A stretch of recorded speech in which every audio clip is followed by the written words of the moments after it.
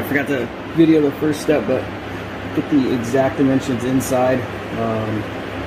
Any kind of sticks, but I like these. Get them cheap from the dollar store.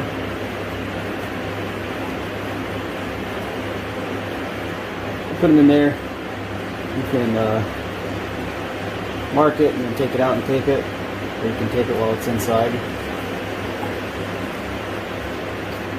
Just so you get exact measurements, and then label which corner it's going to.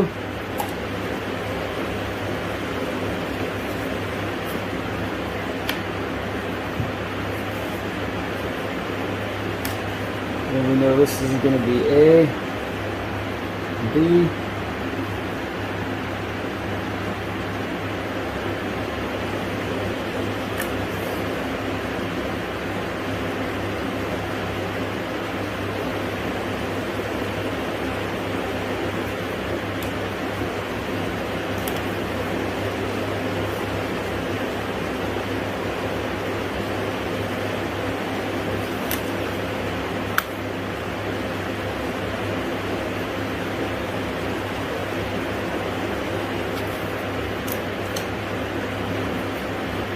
just take a straight edge and connect.